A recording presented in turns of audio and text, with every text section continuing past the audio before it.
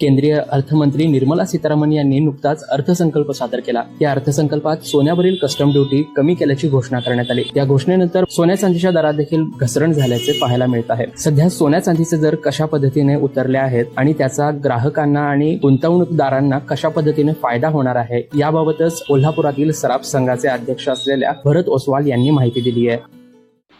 यावर्षी 2024 जे बजेट आहे हे सराफ बाजारासाठी खूप चांगलं बजेट, म्हणजे माझ्या मते जवळजवळ ह्या 8 ते 10 वर्षातलं चांगलं बजेट आता सुवर्ण मार्केटसाठी आहे।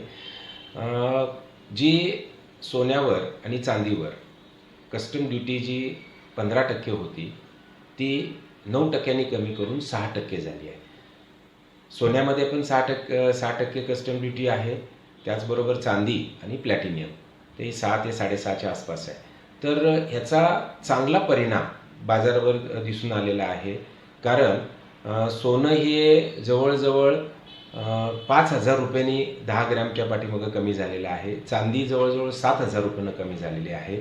आणि आता हे जे सोन्याचे दर 75,000 पर्यंत गेलेले होते, तर सर्वसामान्य माणसांच्यासाठी किंवा कुठल्याही इन्व्हेस्टरसाठी आताचा काळ हा खूप चांगला आहे, जेणेकरून सोन्याचा आणि चांदीचा रेट कमी झाला आहे। इन्व्हेस्टमेंटच्या दृष्टिकोनातून असेल, पुढे येणारे सण आहेत, गणपती आहेत, नवरात्री आहे, दिवाळी आहे, लग्नसराई आहे, आजच्या दृष्टिकोनातून इन्व्हेस्टमेंट करायला खूप चांगली मार्केटमध्ये परिस्थिती आहे। कोल्हापुरात जर बजेटच्या आधी जर रेट बघितला तर तुम्ही 73,500च्या आसपास होता, तो आज 68,500 पर्यंत आलेला आहे, म्हणजे जवळजवळ 4,000 रुपये सोन्याचा दर कमी झाला आहे। चांदी जी आहे ती 92-93 पर्यंत होती, ती 86,000 पर्यंत आलेली आहे।